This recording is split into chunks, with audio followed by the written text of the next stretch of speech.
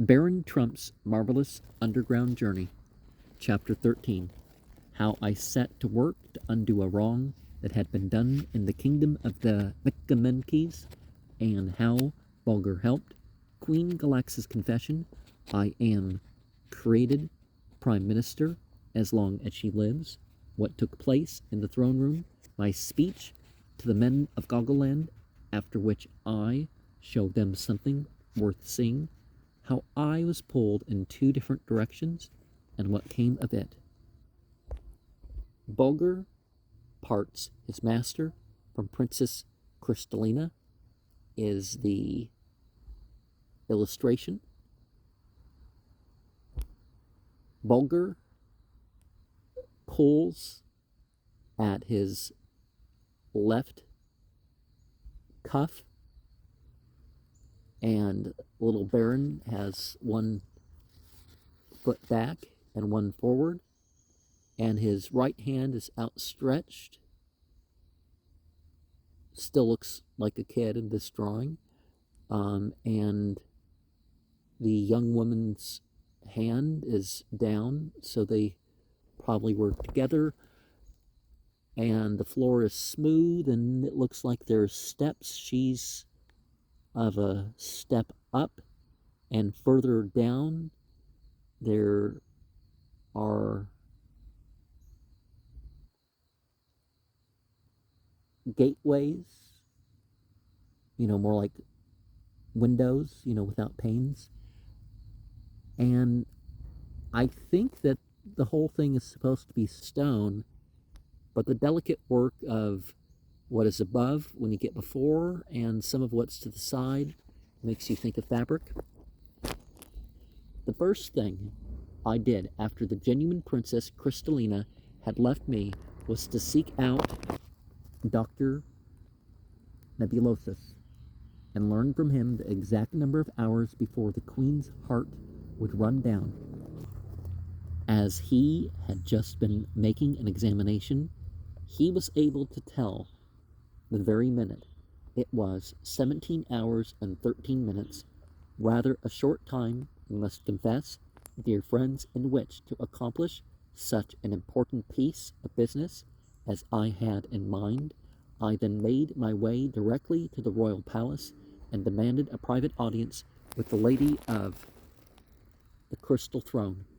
With the advice of Sir Amber Opaque and the Lord Cornucore, she firmly but graciously refused to receive me, giving as an excuse that the excitement that would be sure to follow an interview with the man of coal, so the Micamenkes had named me, would shorten her life at least 13 minutes.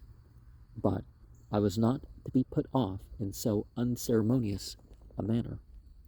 Sitting down, I seized a pen and wrote the following words upon a piece of glazed silk.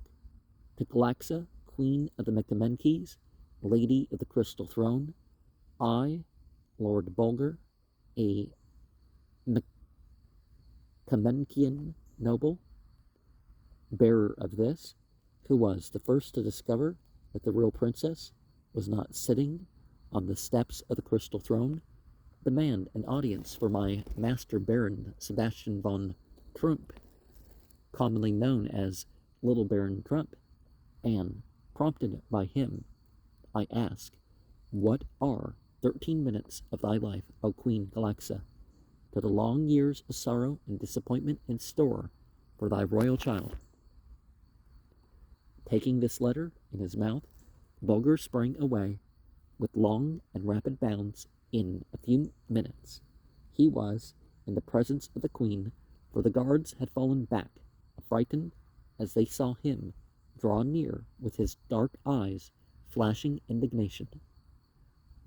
Raising himself upon his hind feet, he laid the letter in Galaxa's hands.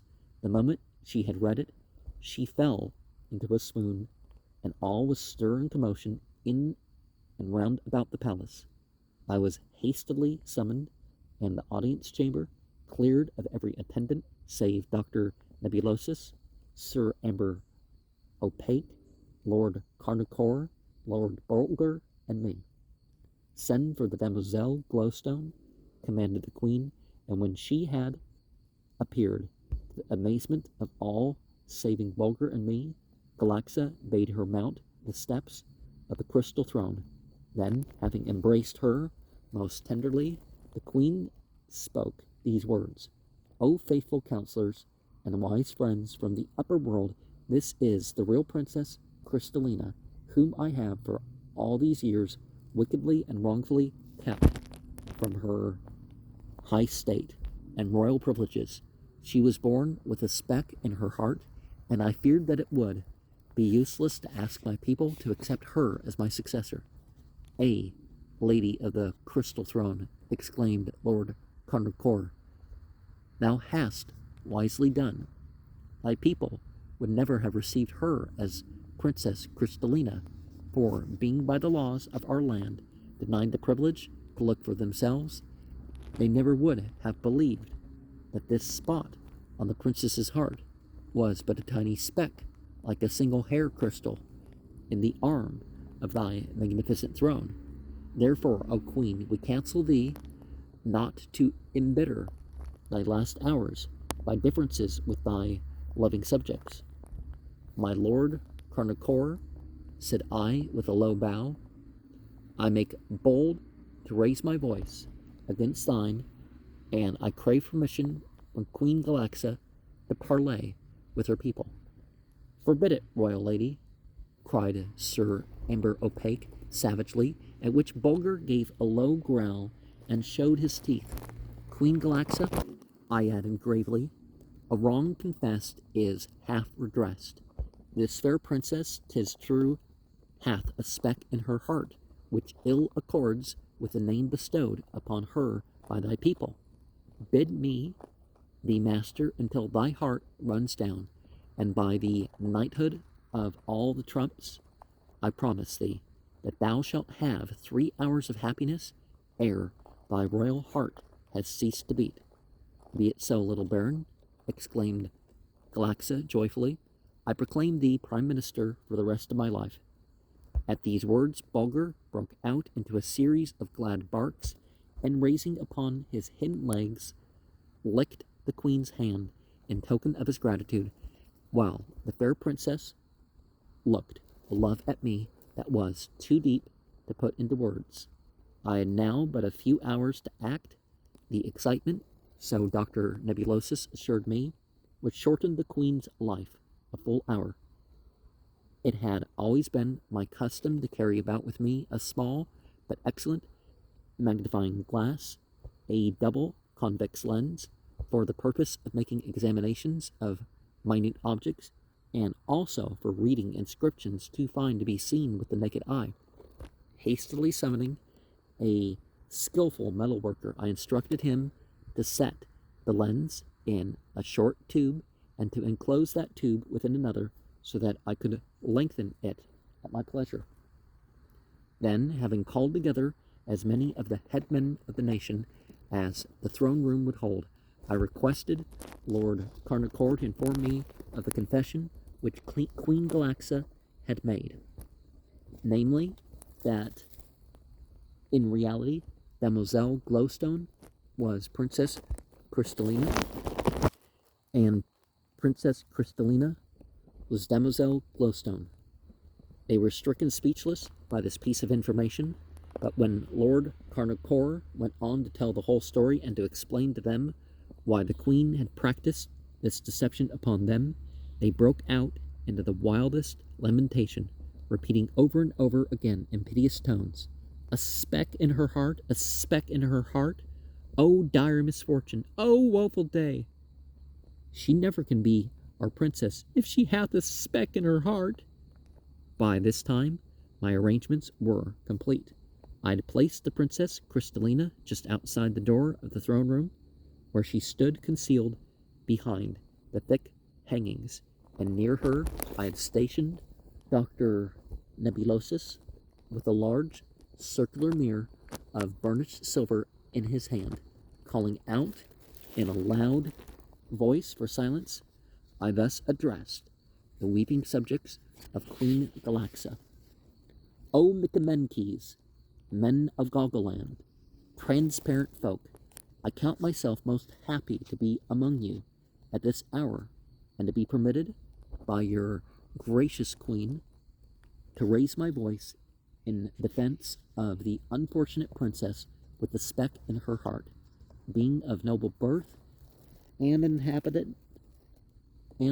inhabitant of another world. It was lawful for me to look through the soaring princess, and I've done it. Yes, Micamenkes, I've gazed upon her heart. I have seen the speck within it. Give ear, men of Goggoland, and you shall know how that speck came there, for it is not, as you doubtless think, a coal-black spot within that fair enclosure, clearer than the columns of Galax's throne. Oh no, Micamenkes, 1,000 times no. It is a tiny blemish of reddish hue, a drop of princely blood from the upper world, which I inhabit, and this drop, in all these countless centuries, has coursed through the veins of 1,000 kings, and it still kept its roseate glow, still remembered the glorious sunshine which called it into being. And now, men of Goggoland, lest you think that for some dark purpose of mine own I speak other than the pure and sober truth, behold, I show you the fair Crystallina's heart in its very life and being, as it is, beating and throbbing with hope and fair coming lead. Look and judge for yourselves. And with this I signaled to those on the outside of the palace to carry out my instructions. In an instant the thick curtains were drawn, and the throne room was wrapped in darkness.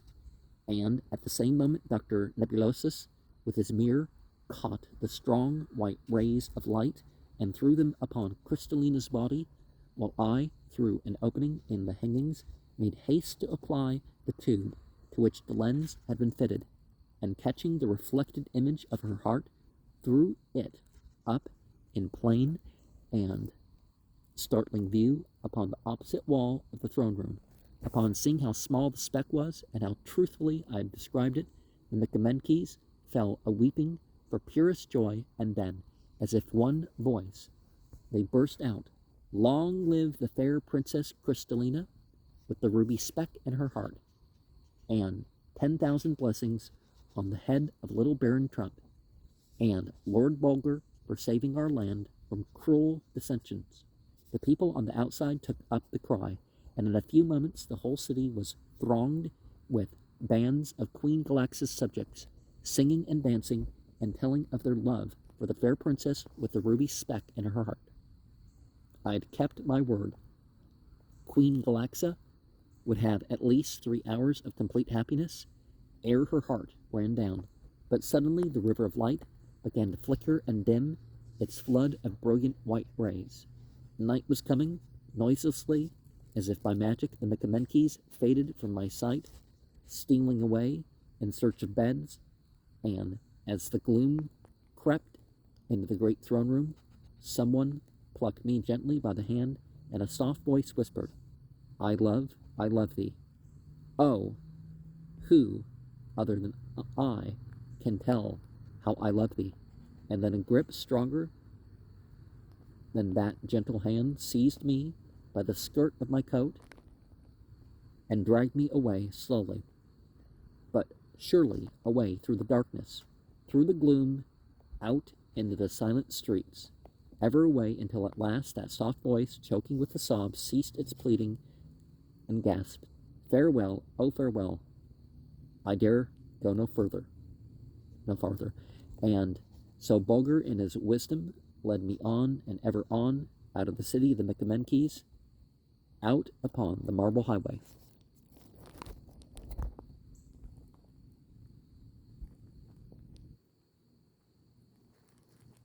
Well, I would call that the sleeve or something, right?